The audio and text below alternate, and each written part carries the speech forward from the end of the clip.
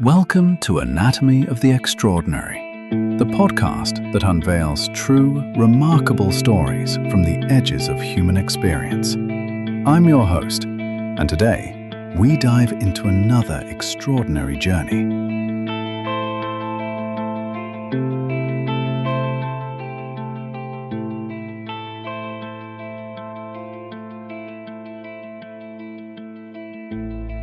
I want you to really try and picture the scene. It is September 6th, 1522. You are standing on the docks of Sanlúcar de Barrameda. Right, which is this bustling, just really gritty port town in southern Spain. Exactly. The air is incredibly thick. It smells of low tide, rotting kelp, and, the everyday metallic sweat of a working 16th century harbor. Oh yeah, just a wall of smell. And then, out of the hazy morning fog of the Atlantic, this ship slowly, almost painfully, limps into view. It is a vessel named the Victoria. But I mean, it barely even looks like a ship anymore at this point. No, not at all. Her hull is just battered. It's completely pitch black from these heavy, desperate applications of tar. She is lifting so heavily and leaking so badly that her internal pumps are having to be worked around the clock. Just groaning and splintering. Right, just to keep her from slipping beneath the waves right there in the shallow harbor. It is, for all intents and purposes, a ghost ship. I mean, the rigging is just hanging in these frayed, chaotic webs. The sails are essentially rotten rags. They're held together by nothing more than desperate stitching and blind hope. But, the ship itself is nothing compared to the cargo of human misery it carries. Because the crew is what truly makes this arrival so haunting. Absolutely. 3 years earlier, an armada of 5 proud, heavily armed ships and roughly 270 men had sailed out of this very harbor. They were cheered on by massive crowds. They were blessed by priests. Well, it was a massive send-off. And now only the Victoria returns. And out of her dark, foul-smelling hold stumble just 18 survivors. 18 out of 270. It's staggering. 18 men. They are emaciated to the point of being literal skeletons. Their eyes are hollow, traumatized, darting around as if they don't quite believe the solid ground beneath their feet is real. Yeah, they step off the gangplank dressed in actual rags, walking barefoot onto the sharp cobblestone. And they're holding long wax candles, right? Yes. They are walking slowly, silently in a penance procession to the local shrine of the Virgin Mary. I mean, they look less like triumphant conquerors and more like men who have personally visited the darkest edges of hell and barely managed to crawl back out. The sheer atmospheric weight of that arrival is it's heavy. It really is. A contemporary witness, the secretary to the king, Maximilianus Transylvanus, later wrote that these 18 sailors deserve to be etched into the immortal memory of mankind. Which, when you consider what they had just physically endured, makes sense. Oh, 100%. They had completed a continuous, unbroken voyage of over 37,000 miles.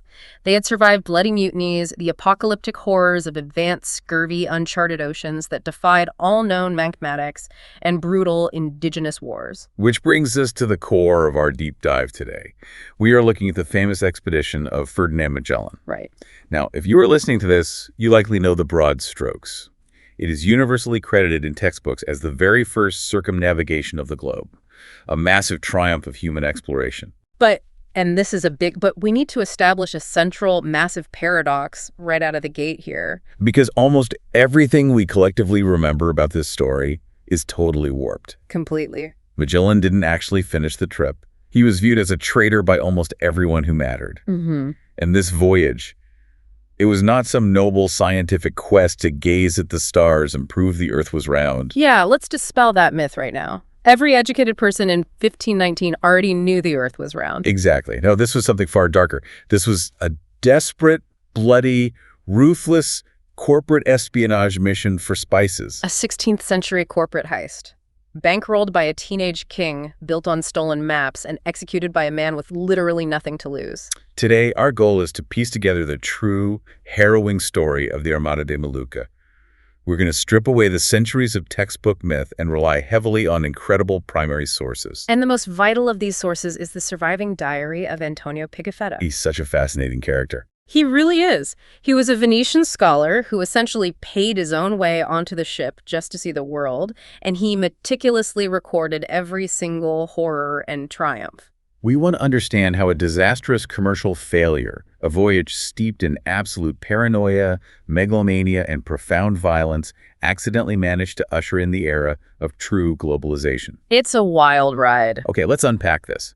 Because you do not climb onto a leaky wooden boat heading off the edge of the known map, knowing there is an overwhelming statistical probability that you will die a horrific death, unless the payout is absolutely astronomical. Right, nobody's doing this for fun. Exactly.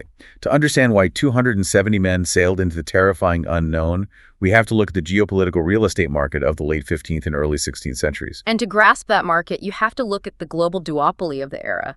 The world in 1494 was literally sliced in half by the Pope. It's just such an insane concept to me. It is wild. It was formalized in the Treaty of Tordesillas. Pope Alexander VI, who was, ironically, Spanish by birth, brokered a deal to prevent a catastrophic war between the two great maritime superpowers of the time, Spain and Portugal. So I want you to imagine taking a map of the world and drawing a line straight down the Atlantic Ocean, cutting right through modern-day Brazil. The Pope essentially decreed everything discovered east of this line belongs exclusively to Portugal, and everything west of this line belongs exclusively to Spain. It is a staggering level of arrogance. Two European monarchs, backed by the Vatican, literally unrolling a parchment map, drawing a line and saying, well, we legally own the entire planet. Yeah, just splitting the globe like a pie. But I want to drill down into the mechanics of that for a second. Because how did they even know where the line was once they were out on the open ocean? I mean, GPS didn't exist. That is the crux of the entire geographical problem of the age. They could measure latitude, how far north or south they were. Right, by looking at the angle of the sun or the North Star. Exactly. But calculating longitude, how far east or west they were, was essentially impossible in 1494. Because they didn't have accurate clocks, right? Right. Highly accurate marine chronometers wouldn't be invented for another 2.5 centuries. So this line drawn by the Pope was incredibly ambiguous once you actually sailed over the horizon. It dictated global economics, but it was practically unenforceable on the fringes of the map. Which is exactly where the money was. The economic reality of that ambiguous line was very stark. Portugal got the east. And that meant they got the coast of Africa. Yes, and much more importantly, they secured the incredibly lucrative maritime route around the southern tip of Africa, the Cape of Good Hope, which leads straight into the Indian Ocean. While Spain got the west, which meant they basically just bumped into the Americas. Right. And now Spain was certainly finding wealth in the Caribbean and South America, but the real immediate liquid wealth of the 16th century wasn't American silver. Not yet. It was in Asia. Specifically, the wealth was spices. And we really have to recalibrate our modern brains to understand this. We are talking about cloves, nutmeg, and mace. Yeah, today these are just dusty little jars sitting in the back of your pantry that you might use, once a year if you are picking a pumpkin pie. But in 1519, these commodities were literally worth their weight in gold. Easily. Let's talk about the why behind that value. Because it wasn't just that European food was bland and needed flavoring. I feel like that's a really common misconception. Oh, absolutely. These spices were absolute status symbols. If you served a dish heavily spiced with nutmeg at a banquet, you were projecting massive wealth to your guests. It was the equivalent of driving a hypercar today. Furthermore, they were vital preservatives for meat in an era long before refrigeration. But the most crucial driver of this frantic, totally inelastic demand was medical. Right. The medical paradigm of the time was dominated by the miasma theory. The battered theory. Exactly. The prevailing belief was that diseases, most terrifyingly, the bubonic plague, which regularly ravaged Europe, were carried and spread by bad air or foul smells. Therefore, strong, aromatic, exotic spices were believed to literally purify the air and balance the body's humors. Cloves and nutmeg were prescribed by physicians as literal cures and prophylactics for the plague. Which is just wild to think about. The wealthy would wear pomanders, these small perforated spheres filled with cloves and nutmeg around their necks just to ward off the Black Death. So you have a product that wealthy people use to show off, that preserves your winter food supply, and that people genuinely believe will stop them from bleeding from their eyeballs and dying of the plague. The demand is practically infinite. Infinite demand. And here's the geopolitical bottleneck.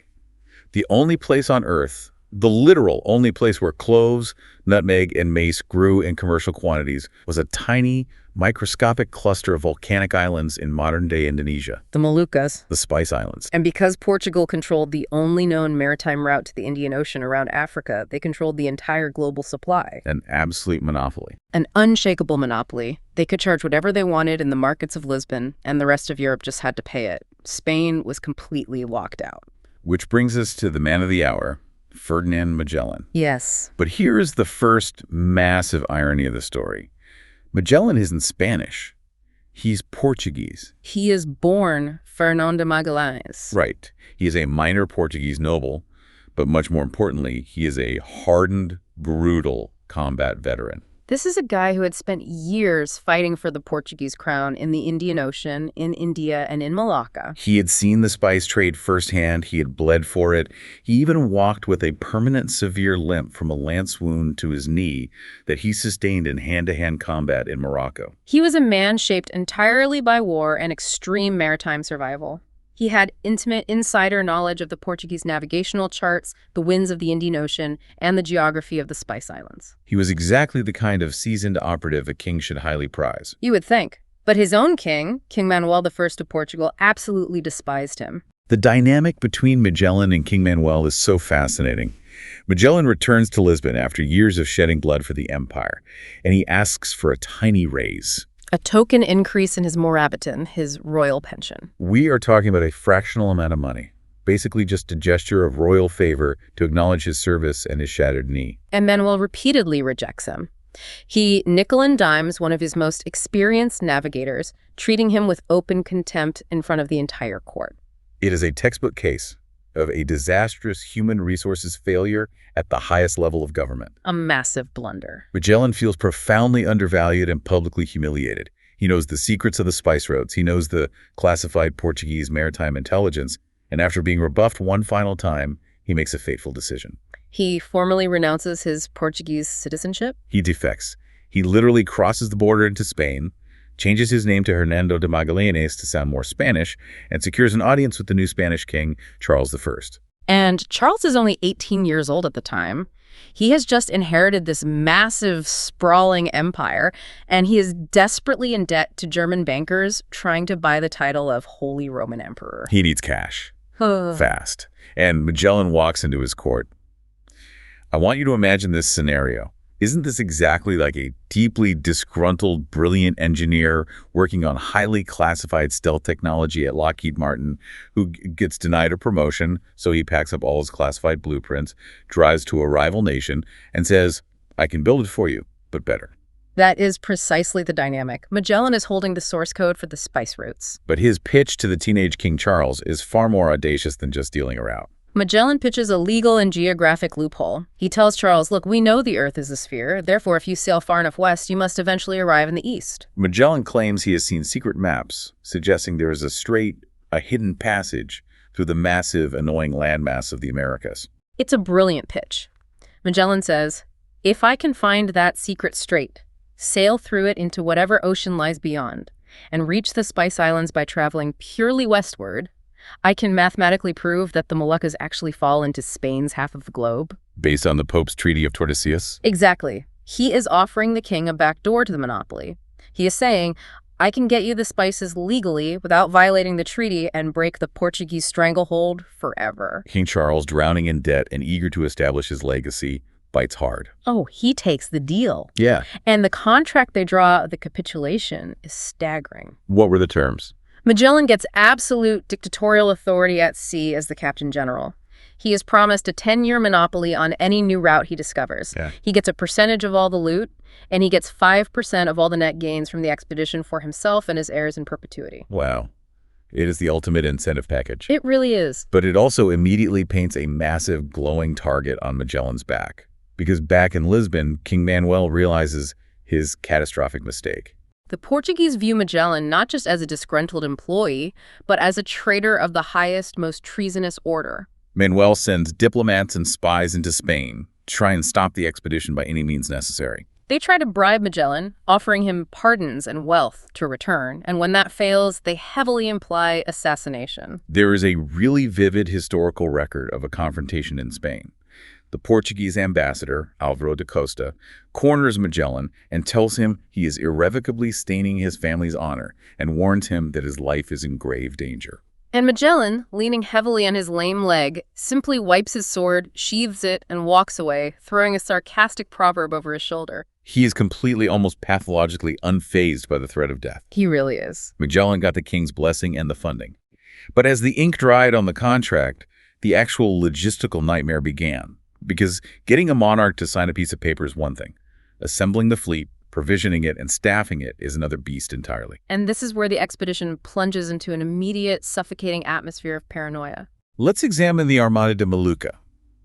Because the Spanish crown wasn't going to give this foreign defector their finest, newest galleons. Oh, no. They gave him 5 aging, deeply compromised ships. The Trinidad, which Magellan chose as his flagship, the San Antonio, the Concepcion, the Victoria, and the small Santiago. These ships are small, clinker-built or carvel-built vessels meant for coastal trading, right?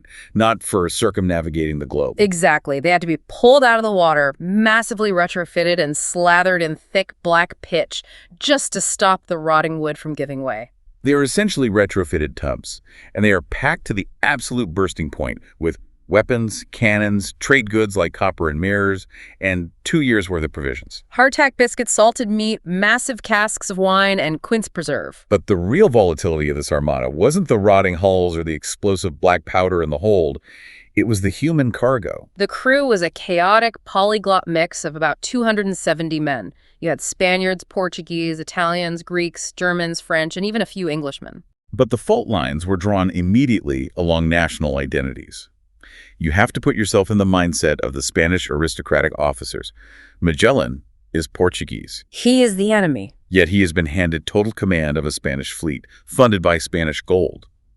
Imagine being trapped in a malfunctioning, leaky submarine for months on end, and you are entirely convinced your captain is a foreign spy waiting for the perfect moment to kill you. That was the baseline psychological state of the Spanish captains. They genuinely believed Magellan was a double agent who's going to sail them into a Portuguese ambush, hand over the ships, and reclaim his honor with King Manuel. And the focal point of this intense xenophobic paranoia was a man named Juan de Cartagena. He was the captain of the largest ship, the San Antonio, and he was appointed by the king as the fleet's Vidor General, the Inspector General. Cartagena was an aristocrat, deeply connected to the Spanish court, rumored to be the illegitimate son of a very powerful bishop. He felt that his aristocratic blood made him Magellan's equal, if not his superior. But Magellan doesn't care about Spanish court politics. He is a combat veteran who operates with absolute, impenetrable military secrecy. He refuses to tell any of his captains the actual route they are taking. He refuses to share his charts. His only order to the fleet is follow my lantern at night and ask no questions. It is the perfect recipe for a mutiny. You have aristocratic entitlement clashing with dictatorial military secrecy in the middle of a terrifying, uncharted ocean. And then we get the catalyst. The spark. The sudden, violent spark that ignites this atmosphere of paranoia. It happens relatively early in the voyage, during the Atlantic crossing off the coast of Guinea.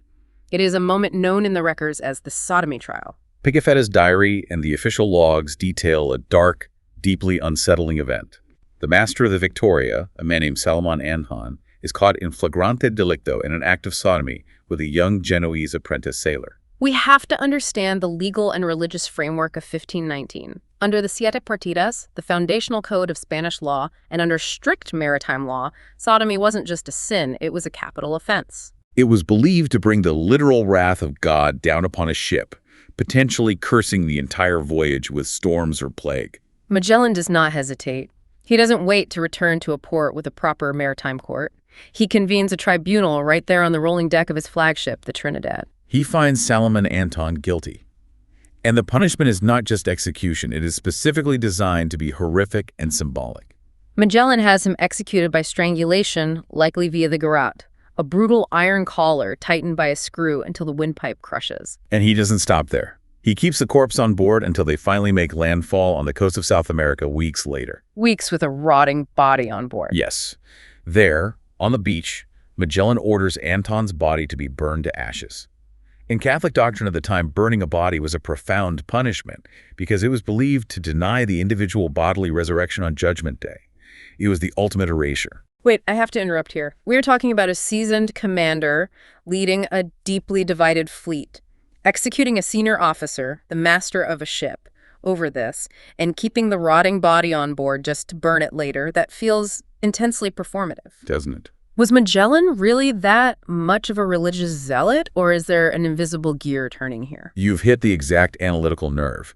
While Magellan was religious, this was fundamentally a brutal, calculated flex of political power. Okay, that makes sense. Magellan knew the Spanish captains were whispering about mutiny. He used this trial to send a deafening, unambiguous message to Cartagena and the others. The message was, I do not care about your rank. I do not care about your connections.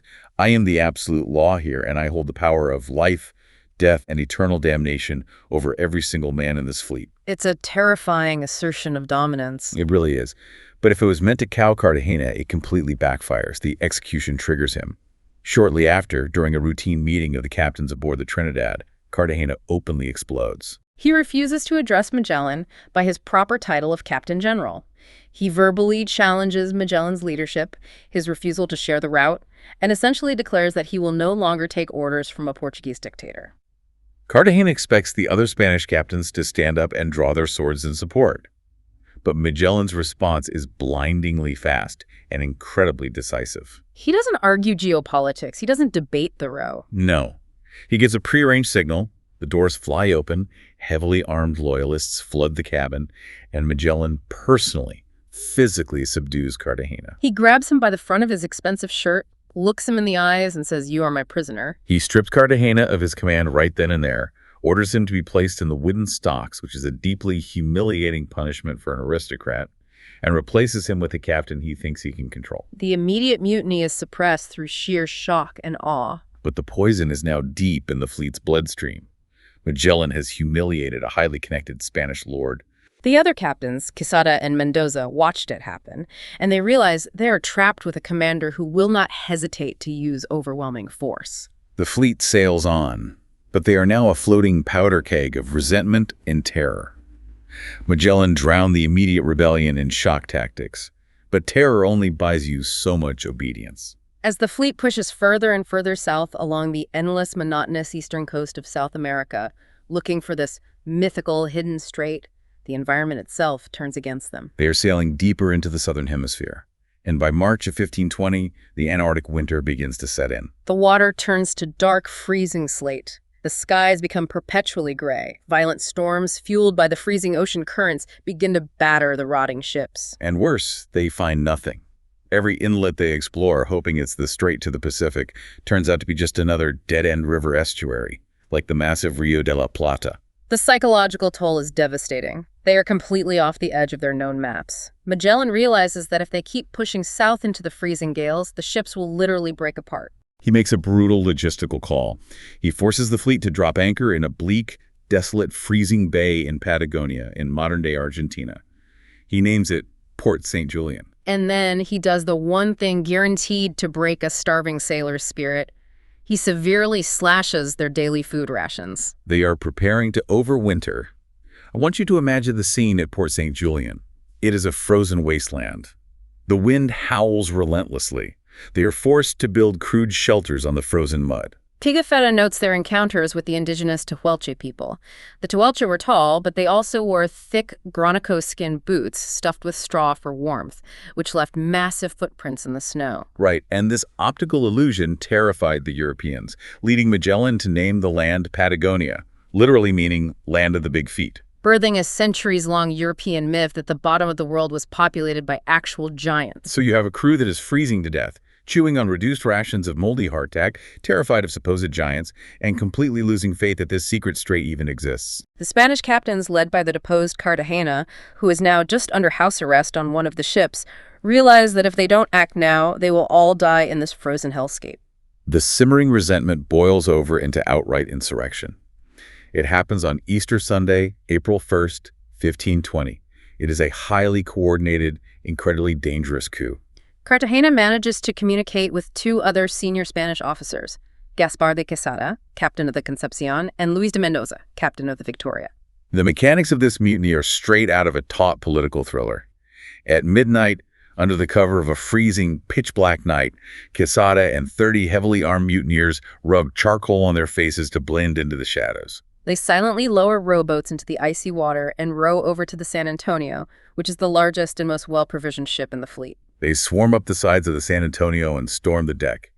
The ship's master, a man loyal to Magellan named Juan de Loriaga, hears the commotion and steps out of his cabin, demanding to know what is happening in the name of the king. And Quesada doesn't hesitate. He draws his dagger and stabs Loriaga repeatedly. Loriaga bleeds out on the freezing wooden deck. With the master dead, the rest of the crew on the San Antonio surrenders. The mutineers systematically move through the ship, clapping Magellan's loyalists in heavy iron chains. By the time the gray dawn breaks over Port St. Julian, Magellan wakes up on his flagship, the Trinidad, to a waking nightmare. The mutineers successfully control the San Antonio, the Concepcion, and the Victoria. Magellan only holds his flagship in the tiny, lightly armed Santiago. The mutineers have him completely cornered. They have 3 ships to his 2. More importantly, they control the ships that hold almost all of the expedition's food and gunpowder. They maneuver their ships to block the exit to the bay. They aim their heavy brass cannons directly at the Trinidad. They send a small boat over to Magellan with a letter, essentially saying, "We have taken control. Acknowledge our authority, agree to sail back to Spain, and we won't blow you out of the water." They hold all the cards. They have the guns, the food, and the numbers. But they make one fatal, arrogant miscalculation. They underestimate the tactical brilliance and absolute ruthlessness of a combat-hardened veteran who has survived the battlefields of Morocco and India. Magellan doesn't negotiate. He orchestrates a counterstrike that is so precise, so cinematic, it defies belief. Magellan realizes that a frontal assault is suicide. He needs an asymmetrical response. He looks at the Victoria, commanded by the mutineer Captain Mendoza. He prepares a small skiff, a rowboat, and fills it with 5 heavily armed Marines. But he orders them to disguise themselves. They take off their armor, put on dirty, oversized sailors' tunics, and hide their weapons underneath. Ahead of this boat, Magellan sends his most trusted and terrifying loyalist, the fleet's alguacil or chief enforcer, a man named Gonzalo de Espinosa. Espinosa rows over in a tiny boat, completely alone, carrying an official-looking document with a heavy wax seal. He pulls up alongside the Victoria and shouts up to Captain Mendoza, "I have a confidential letter for you, directly from the Captain General." Mendoza looks down. He sees one man in a tiny boat with a piece of paper. He feels completely secure. He allows Espinosa to climb up the rope ladder and step onto the deck of the Victoria. Espinosa walks slowly up to the quarterdeck where Mendoza is standing, surrounded by mutineers. He hands the letter over. Let's slow this down because the tension here is incredible. Mendoza takes the letter. He breaks the wax seal. He is probably smirking, thinking Magellan is officially surrendering. He looks down to read the parchment. In that exact fraction of a second, as Mendoza's eyes drop, Espinosa reaches into his cloak, pulls out a poignard, a long, slender, incredibly sharp thrusting dagger, and drives it with all his strength straight into the side of Mendoza's throat. Mendoza drops dead onto the deck in an explosion of blood before he even realizes he's been struck. The mutinous crew is completely paralyzed by this sudden, shocking violence. Yeah. And right at that moment of paralysis, Magellan's second rowboat pulls alongside. The 5 disguised Marines throw off their cloaks, revealing their armor and drawn swords. They swarm over the rails, screaming battle cries. It is a surgical decapitation of the enemy's command structure. Within minutes, Magellan's men have seized the Victoria. The math has instantly flipped. Magellan now controls 3 ships. The mutineers only control 2. Magellan wastes no time. He immediately orders his 3 ships to weigh anchor and maneuver perfectly across the mouth of the bay, physically barricading the exit. He orders the gunners to light their matches and point all cannons at the remaining mutineer ships. The San Antonio and the Concepcion are trapped. When the sun rises the next morning, the mutiny entirely collapses. The remaining rebels surrender without firing a single shot. Magellan has won, but the crisis is far from over. He now has a massive problem. He has dozens of traitors in a fleet that still has to cross the world. He needs to reestablish a level of terror and control that will never be challenged again. He convenes a formal maritime court-martial on the frozen beach of Patagonia. And the aftermath is grisly beyond comprehension. Captain Quesada, the man who stabbed the loyalist ship's master, is dragged before the tribunal. He is found guilty of mutiny and murder. The sentence is death. But Magellan adds a layer of psychological torture. He offers a pardon to Quesada's personal secretary and foster brother, Luis de Molina, on one condition. Molina must be the executioner. Molina accepts to save his own life. On the desolate, windswept beach, he takes a sword and beheads his own foster brother. And then the mechanics of 16th century justice truly take over. Magellan orders the corpses of Quesada and the assassinated Mendoza to be drawn and quartered. This means they literally hack the bodies into 4 pieces. They construct heavy wooden gibbets, tall posts with crossbeams, right there on the shoreline. They hang the bloody, dismembered body parts from the gibbets and chains. The corpses are left there for months, freezing and thawing, being picked apart by Andean condors. It is a monument to absolute authority. Every time a sailor looked toward the shore, they saw exactly what mutiny bought them. Wait, I have to stop you. We are talking about a European captain effectively acting like a warlord, drawing and quartering, forcing brothers to execute brothers. I know we're talking about the brutal 1500s, but this crosses the line from strict naval leadership into outright megalomania, doesn't it? What about Cartagena, the aristocratic ringleader who started the whole thing? That is where Magellan shows his cold, pragmatic brilliance. He knows that if he executes a man with Cartagena's aristocratic blood and high-level connections to the Spanish court, the political fallout back in Spain could see Magellan himself hanged if he ever returns. So he chooses a punishment that keeps his hands technically clean of noble blood. When the fleet finally breaks camp and prepares to leave Port St. Julian months later, Magellan drags Cartagena and a mutinous priest named Father Sanchez de la Reina onto a tiny, barren, rocky islet in the bay. He gives them a few bags of hardtack biscuit, 2 casks of wine, and a sword, and he simply sails away. He maroons them. They are left to watch the sails disappear over the horizon, knowing they will die of starvation or exposure. Neither man is ever seen or heard from again in recorded history. Furthermore, over 40 other men who participated in the mutiny are found guilty. But Magellan cannot afford to execute 40 men. He needs them to sail the ships.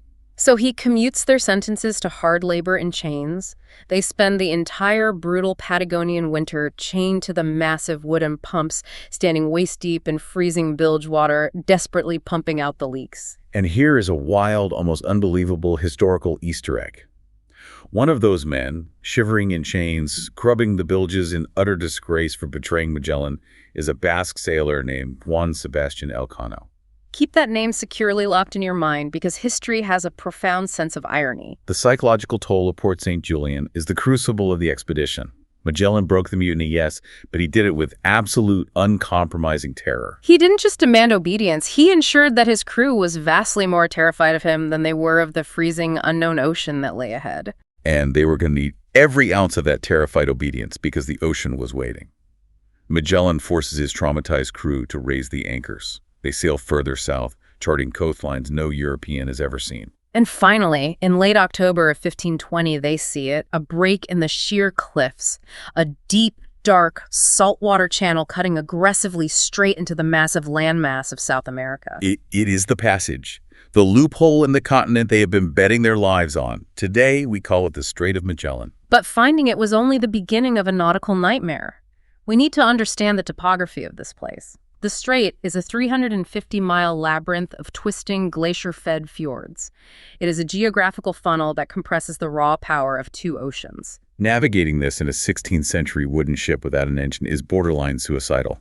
The tidal fluctuations here are extreme, dropping and rising by up to 24 feet, creating massive, unpredictable currents that can spin a ship like a toy. But the real terror comes from above. The mountains. Yes. The strait is surrounded by the towering, snow-capped peaks of the Andes. These mountains create a meteorological phenomenon known as a willy-waw, a massive, violently descending katabatic wind. Essentially, freezing air builds up over the glaciers, becomes incredibly dense, and suddenly avalanches down the sides of the mountains at hurricane speeds. These invisible microbursts slam into the water without warning, capable of instantly snapping a ship's masts or capsizing it entirely. The fleet has to inch their way through this haunted maze. The water in the fjords is so deep that their anchor lines cannot reach the bottom. So when night falls, they cannot drop anchor in the middle of the channel. They literally have to steer these massive wooden ships right up to the sheer cliffs and tie their thick mooring ropes to giant trees on the shoreline to prevent being swept away in the dark. It takes them 38 agonizing, terrifying days to navigate this labyrinth. They're constantly stopping, sending small rowboats ahead into twisting side channels, waiting days for them to return, praying they haven't found another dead end. The tension is absolute. And in the midst of this freezing sensory overload, the expedition suffers its most catastrophic betrayal. Magellan orders his largest ship, the San Antonio Cur, the same ship where the mutiny began to sail down a large, promising southern channel to scout for an exit. The pilot of the San Antonio is a skilled Portuguese navigator named Estevão Gomes. Gomes absolutely despises Magellan. He had originally pitched his own expedition to the Spanish king, only to be passed over in favor of Magellan. He believes that now they have mapped the strait, they should immediately turn back to Spain, report the discovery, and return with a massive, fresh armada. As soon as the San Antonio sails around a jagged bend and loses sight of Magellan's flagship, Gomes makes his move. He overpowers the loyalist captain, takes control of the ship, waits for the cover of night, and silently turns the massive vessel around. He flees back through the strait, out into the Atlantic, and sets a course straight back to Spain. This isn't just a desertion. It is a death sentence for the rest of the fleet, because the San Antonio wasn't just a ship. It was their floating warehouse. It contained the vast, overwhelming majority of the expedition's food, their salted meat, their wine, their replacement sails. Gomes literally steals the pantry. Magellan waits for days at a rendezvous point. He sends boats searching every inlet. Finally, the horrific realization sets in. He has been abandoned. He is left with only 3 ships. Remember, the small Santiago had been wrecked in a storm earlier, though the crew was saved. He has a fraction of his supplies. His officers beg him to turn back, but Magellan, driven by a terrifying mixture of hubris and desperation, refuses. He gives a famous chilling speech, stating he will push forward even if they have to eat the leather wrapping the ship's rigging. And with that morbid prophecy hanging in the air, the 3 remaining ships push through the final channels. On November 28, 1520, the steep, claustrophobic cliffs suddenly fall away. The water opens up. Pigafetta's diary records this profound, transcendent moment. They sail out of the horrific freezing gauntlet of the strait and into a vast, incredibly blue, impossibly calm ocean. After the violent storms of the Atlantic, the mutiny in the frozen bay, and the terrifying willywaws of the strait, this new ocean looks like a sheet of flawless glass. Magellan stands on the quarterdeck, looks out at the horizon, and reportedly weeps openly with joy. He names this new body of water the Mar Pacifico, the peaceful sea, the Pacific Ocean. It is their greatest geographic triumph. They have done the impossible. They have bypassed the Americas.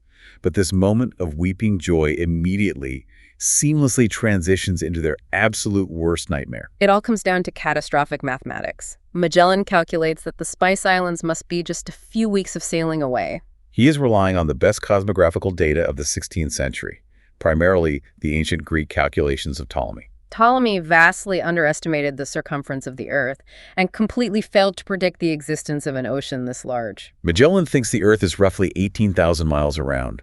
He doesn't know it's actually 24,000 miles. He thinks the Pacific is a narrow pond. He is wrong. He is dead, catastrophically wrong.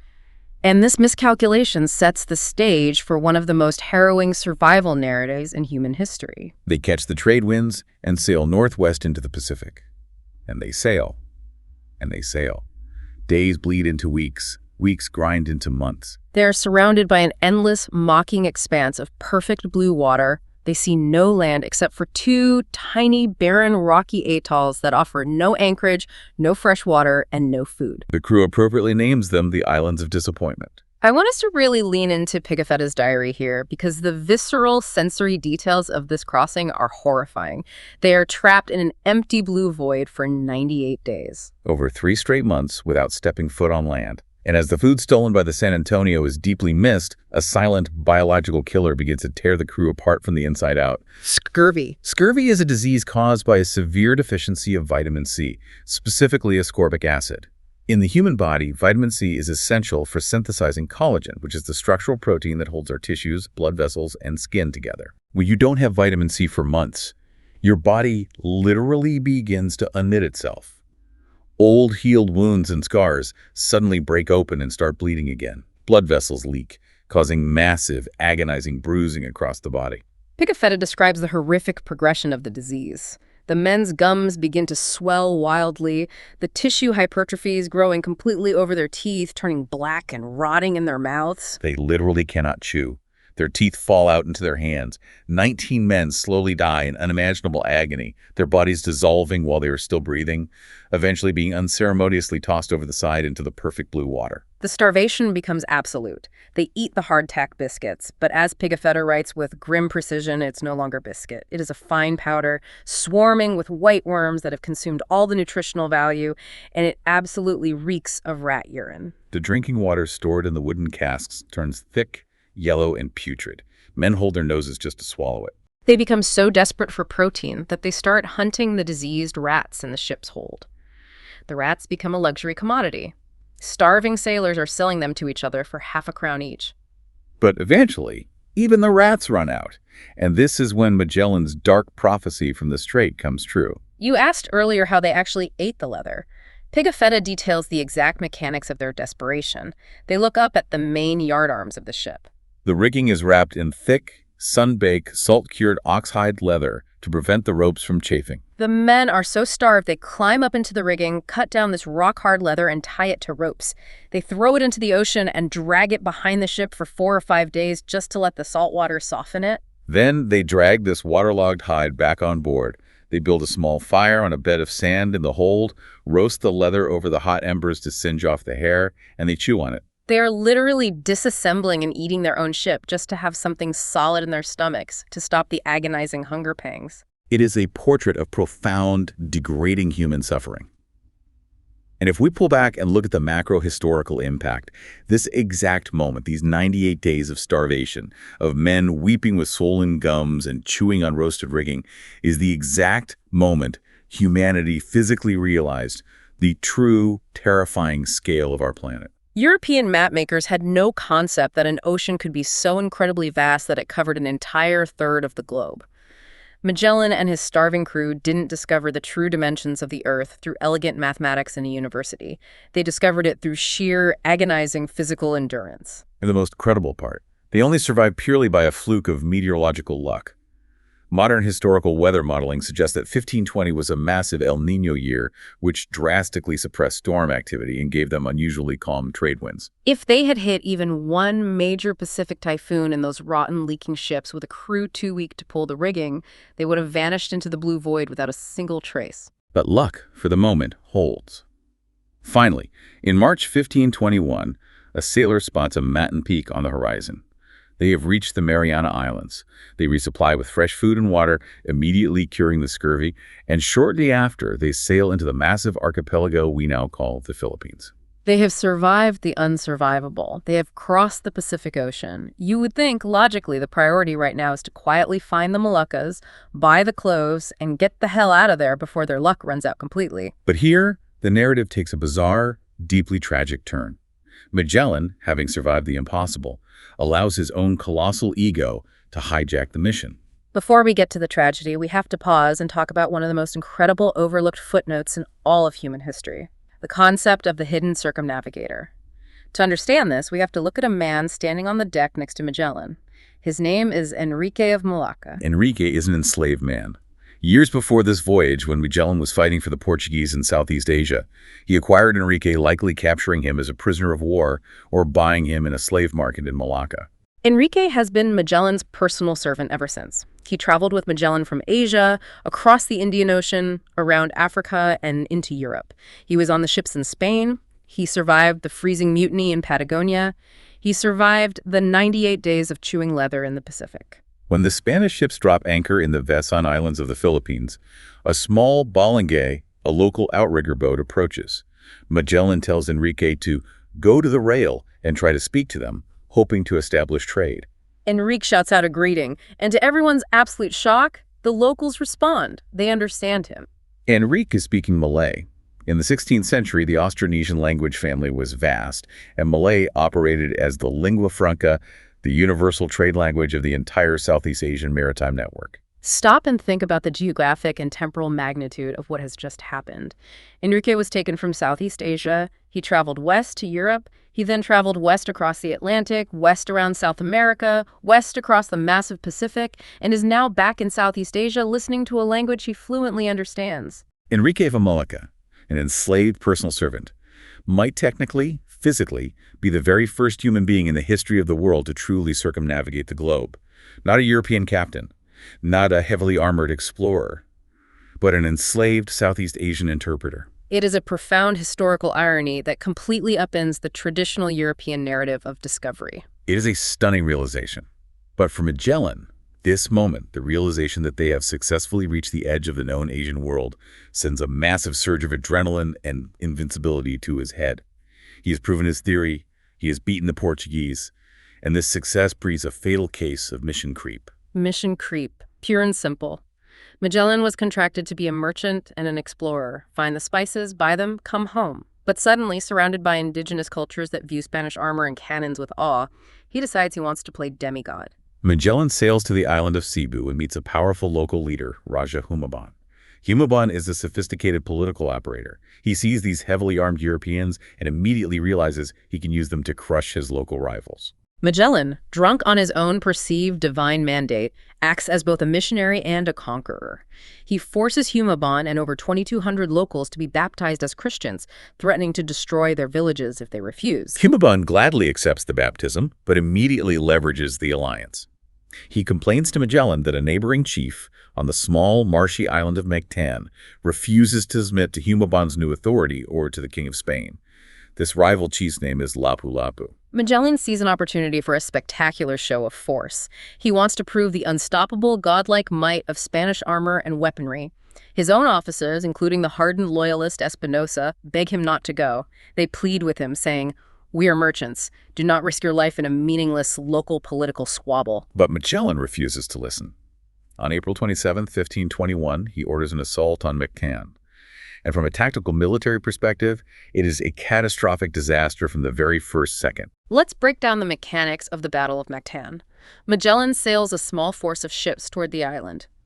But Mactan is surrounded by a wide, shallow, razor-sharp coral reef. The tide is low.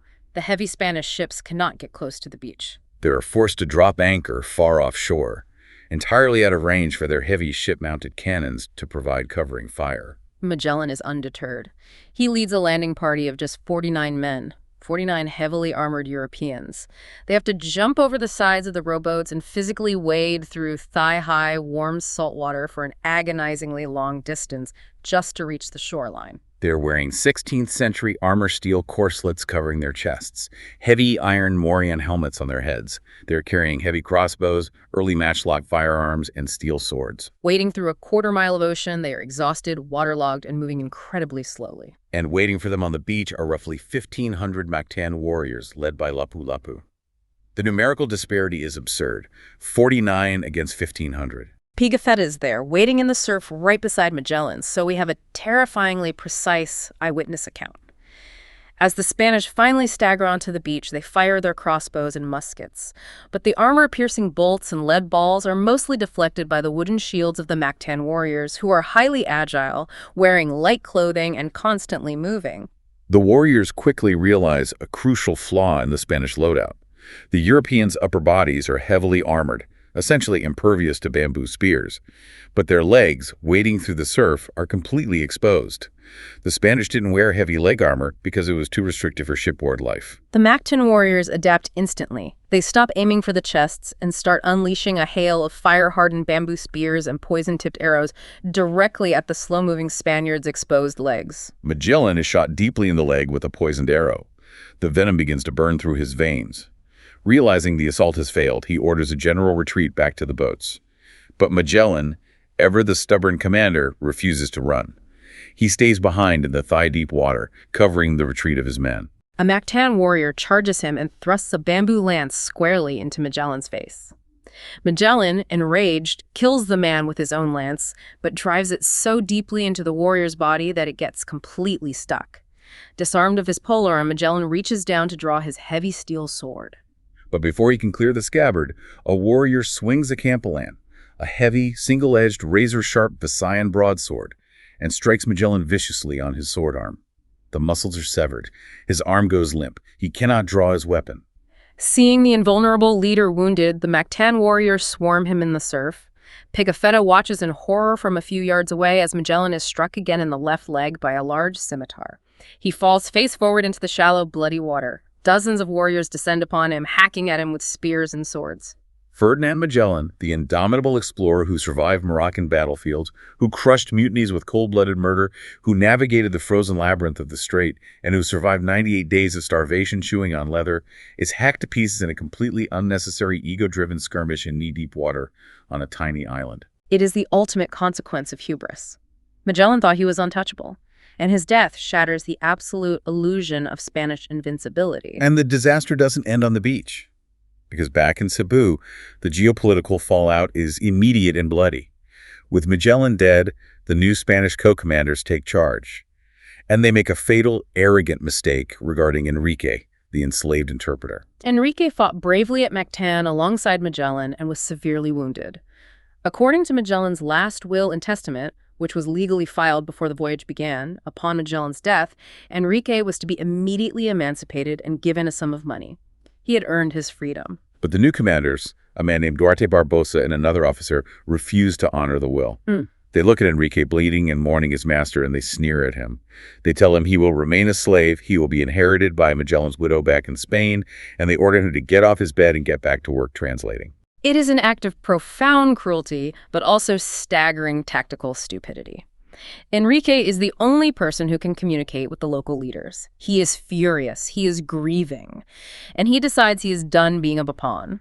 Enrique goes ashore and requests a secret audience with their supposed ally, Raja Humabon. We don't know exactly what Enrique said in that room, but we can deduce the argument. He likely told Humabon, the great Magellan is dead, these new commanders are weak, their ships are full of gold, cannons, and armor. If you act now, you can take it all. The result is a brilliantly executed trap. On May 1st, 1521, Raja Humabon sends an incredibly polite invitation to the Spanish fleet. He invites all the senior officers, the navigators, and the commanders ashore for a massive, lavish banquet to mourn Magellan and to formally present a chest of priceless jewels meant for the King of Spain. 27 of the most important men in the fleet put on their finest clothes, leave their heavy armor behind, and row ashore for the feast. As they are eating, drinking palm wine, and relaxing, Humabon gives a signal. Armed Cebuanos burst out of the jungle and slaughter them all. It is an absolute massacre. The men waiting on the ships offshore suddenly hear the horrific screams echoing across the water. They see locals dragging the bloody bodies of their commanders onto the beach. Panic erupts on the ships. The remaining crew, terrified they are about to be boarded and slaughtered, frantically weigh anchor. They don't even mount a rescue. They just raise the sails and flee in absolute terror, leaving their dead comrades behind on the sand. Which brings us to the final grueling act of our deep dive, the desperate limp home and the legacy. The expedition is now utterly decapitated. Magellan is dead. The replacement commanders are dead. The master navigators are dead. They started with 270 men.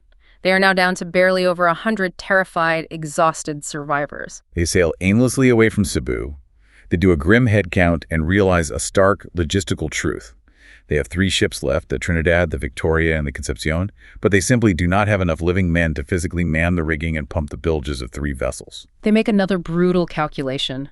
Out in the open ocean, near the island of Bohol, they pull the ships together. They strip the Conception of all its sails, its cannons, its gunpowder, and its rigging, transferring everything to the Trinidad and the Victoria. And then they set the Conception on fire. They burn a perfectly good ship to the waterline, watching it sink into the Pacific, simply because they don't have the manpower to sail her. They are now just 2 ships, and they have entirely abandoned any grand megalomaniacal ideas of conquering islands or converting kings. Their only mission is raw, primal survival. For 6 months, they meander lost through the maze of Southeast Asia, basically operating as rogue pirates, attacking and robbing local trade junks just to get enough rice to survive. And then, finally, through a mixture of captured pilots and sheer dumb luck, they stumble upon their original mythical goal. They arrive at the Moluccas, the Spice Islands, the source of the cloves. They are welcomed by a local sultan who is eager to trade with a rival of the Portuguese. They immediately begin trading. They trade their mirrors, their brass bells, their extra clothing, even their shirts off their backs. They load the holds of the Trinidad and the Victoria to the absolute brim with cloves, tons and tons of incredibly pungent, insanely valuable spices. They're rich beyond measure. They just have to get home. But as they prepare to weigh anchor and leave, disaster strikes again. The flagship, the Trinidad, springs a massive catastrophic leak deep in her hull. The wood has finally given way. The ship is taking on water far faster than the exhausted crew can pump it out. They dive under the ship, trying to stuff the leak with oakum and canvas, but it's no use. They realize that Trinidad cannot make the brutal journey back to Spain. She has to be offloaded, pulled ashore, and undergo months of structural repairs. The crew is split. The Trinidad will stay behind, repair, and then attempt to sail east, back across the Pacific to Spanish Panama. Spoiler alert, that attempt fails horribly. They hit terrible storms, turn back, and the starving crew is eventually captured by the Portuguese. They are thrown into dark, horrific prisons where most of them rot to death. This leaves only one ship, the smallest of the original 5, the Victoria. And the man elected by the desperate crew to captain her for the final voyage is none other than Juan Sebastian Elcano. Yes, the exact same Basque sailor whom Magellan had chained to the pumps and forced into hard labor at Port St. Julian for mutiny. He is now the captain of the entire expedition. Elcano is a pragmatic survivor. He looks at the charts. To go back east across the Pacific is suicide. The only way home to Spain is to continue west, crossing the massive Indian Ocean, sailing around the southern tip of Africa, the Cape of Good Hope, and sailing north up the coast of Africa back to Europe. But there is a massive, lethal obstacle in that route. The Indian Ocean and the African coast are exclusively controlled by heavily armed Portuguese naval patrols. And those patrols have standing orders from King Manuel to hunt down Magellan's fleet and sink them on sight. Elcano has to run a terrifying gauntlet. To avoid the Portuguese shipping lanes, he makes a bold, incredibly dangerous navigational decision. He sails the Victoria deep into the southern latitudes of the Indian Ocean, far south of the established trade routes, plunging back into the freezing, storm-tossed waters of the deep south. It is a grueling, non-stop, desperate sprint. They cannot pull into any port for food or fresh water because any port means Portuguese arrest. For months, they are trapped on the open ocean. They survive on literally nothing but plain, weevil-infested rice and stagnant, putrid water. And inevitably, the biological nightmare returns. Scurvy strikes the crew for the second time. The ship is literally falling apart. The sails are rags. The pumps run constantly. As they struggle to round the Cape of Good Hope, battling the massive Agulhas current and freezing storms, men begin dropping dead. 21 more men die on this final agonizing leg of the journey, their emaciated bodies thrown over the side. But the survivors refuse to stop. They keep pumping the freezing water out of the bilges. They keep repairing the rotten ropes. And that immense, brutal endurance brings us full circle to the haunting image we started with. September 6th, 1522, the battered black hull of the Victoria pulling into the Spanish harbor of Sanlúcar de Barrameda. 3 years, over 37,000 miles, 18 emaciated, traumatized men holding candles. But waiting deep in the stinking hold of that ruined ship, carefully kept dry from the leaking seawater, are 26 tons of high-grade cloves. The economics of those cloves are mind-bending. When King Charles's officials offload those spices and sell them on the European market, the profit is so massive, so incomprehensibly huge, that it pays off the entire ruined 5-ship armada. It pays the salaries of the dead men. It pays off all the royal investors. And it still yields a net positive profit for the Spanish crown. 26 tons of dried flower buds paid for the worst maritime disaster in history. But aside from the staggering financial return, there is a profound, mind-bending scientific revelation waiting for them when they step off the ship. Pigafetta, our faithful Venetian diarist, has kept absolutely flawless records every single day for 3 years. He hasn't missed a single entry. But when the survivors arrive in Spain, they ask the locals on the docks what day of the week it is. The locals look at them strangely and say, "It's Thursday." Pigafetta looks down at his meticulously kept book. According to his unbroken count of sunsets and sunrises, his book says it is Wednesday. It caused an absolute sensation in the scientific community of Europe. How could a ship full of men have simply lost an entire 24 hours of their lives? The realization fundamentally altered human understanding of time, the Earth's rotation, and the cosmos. Let's break down the physics of it. By sailing continuously west, they were traveling in the exact same direction as the apparent motion of the sun across the sky. Every day, because they had moved slightly west, solar noon happened just a tiny fraction later for them than it did for the stationary people back in Spain. Over the course of a 37,000-mile journey, encompassing the entire circumference of the globe, those tiny fractions of delayed sunsets added up. They had effectively extended their days just enough that upon completing the circle, they had experienced one less rotation of the Earth than the people who stayed home. This was the raw, empirical proof that eventually necessitated the invention of the international dateline centuries later. It's just staggering. You suffer through freezing mutinies, eat your own ship to survive scurvy, watch your commander hacked to pieces, and you arrive home to accidentally discover the mechanics of planetary time travel. Well, relativistic timekeeping at least. But there is a massive, crushing geopolitical irony to all this suffering, isn't there? There is. Remember the entire core premise of Magellan's pitch to the teenage King Charles? The whole point of the death and the starvation was to mathematically prove that the Moluccas, the Spice Islands, legally belonged to Spain under the Treaty of Tordesillas. And did they? Arguably, yes. The math of longitude was still fuzzy, but Spain laid a heavy claim. But here is the ultimate punchline of history. King Charles V of Spain, who had bankrolled the expedition, was now embroiled in massive, incredibly expensive wars across Europe with France and the Ottoman Empire. He was absolutely broke. He needed liquid cash immediately to pay his armies. So in 1529, just 7 years after the Victoria returned with its cargo of clothes and its 18 ghosts, Charles V signed a new treaty with Portugal, the Treaty of Zaragoza. He looked at the map, looked at his empty treasury, and he literally sold Spain's claim to the Moluccas back to Portugal for 350,000 ducats of cold, hard gold. He sold the objective. After all that death, after the beheadings and the quartering at Port St. Julian, after the 98 days of chewing leather in the Pacific, after Magellan bleeding out in the surf at Mactan, the entire grand geopolitical objective of the exhibition was rendered completely, utterly politically pointless with the stroke of a pen. Pointless politically, perhaps, but the world itself was never the same. The impossible Pacific had been crossed. The true, terrifying dimensions of the globe were finally measured in human suffering. The first era of unbroken, globalized maritime trade had violently begun. Which brings us to the legacy. When we look back at the Armada de Molucca, how do we process this?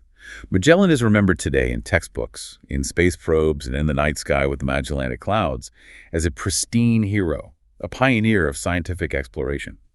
But in his own time, in the immediate aftermath of 1522. He was vilified. He was a hated man. Remember Esteban Gomes, the pilot who betrayed Magellan in the Strait and fled back to Spain on the San Antonio? He arrived in Spain a full year before the Victoria. He and his mutinous crew held a trial, and they successfully smeared Magellan's name to the king. They claimed Magellan was a tyrannical, bloodthirsty traitor who was secretly working for Portugal. Because of these lies, Magellan's wife, Beatrice, had her royal funding cut off. She and her young son were essentially placed under house arrest in Seville, dying in poverty shortly after. Magellan was remembered not as a hero, but as a dangerous, arrogant failure who got his men killed. And who got the glory? Juan Sebastian Elcano, the mutineer, the man who had been chained to the pumps. Because he brought the ship home, King Charles gave Elcano a full royal pardon for his crimes of mutiny. He was granted a massive annual pension, and he was given a glorious coat of arms featuring a globe adorned with the Latin inscription, Primus Circumnavigation.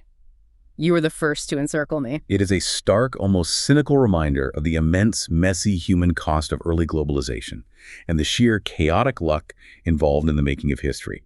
It wasn't a clean, noble pursuit of knowledge. It was a messy, paranoid, incredibly violent corporate spice run that accidentally changed the dimensions of the human world forever. It forces us to question exactly how history is recorded, who gets to write the narrative, who gets the credit, and who gets erased, and what terrifying lengths will human beings go to for wealth, for ego, and ultimately for survival. The layers of irony and tragedy are truly bottomless. They are. Before we wrap up this deep dive, I want to leave you with one final, lingering mystery. A provocative thought that builds on everything we've dissected today. Remember the May 1st massacre in Cebu, the brutal trap set by Raja Humabon. After that slaughter, as the surviving Spanish ships cut their anchor lines and fled in terror, Enrique of Malacca, the enslaved interpreter who orchestrated the betrayal after being cruelly denied his rightful freedom, was left behind on the island. He simply disappears from the written record. Pigafetta's diary moves on. The European gaze shifts away. Enrique vanishes into the dense, tropical geography of the Philippines. We have absolutely no historical record of what happened to him. Did he die of his wounds from Mactan? Was he enslaved by Humabon, trading one master for another?